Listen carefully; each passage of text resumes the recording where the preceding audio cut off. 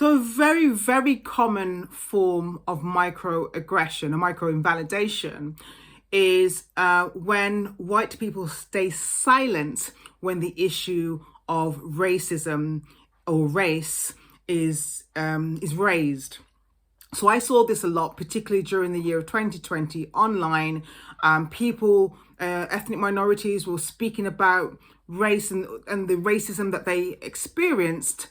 And often, you could see what you call tumbleweed. Like, it was so quiet. And this is a form of micro invalidation.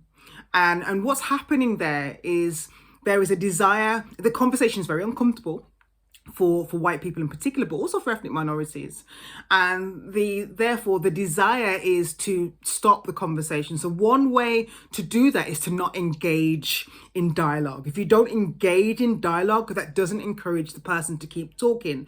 So the hope is that if I stay quiet, the conversation will end and we can move on to something far more important. But when someone is pouring out their heart about something that is really, really important to them, particularly in a platform that allows that, again, what it is doing is saying that your experience is not as important as mine. I'm feeling really uncomfortable. Therefore, I really would like to stop the conversation. Can we stop that now? And one effective way of doing that is remaining silent.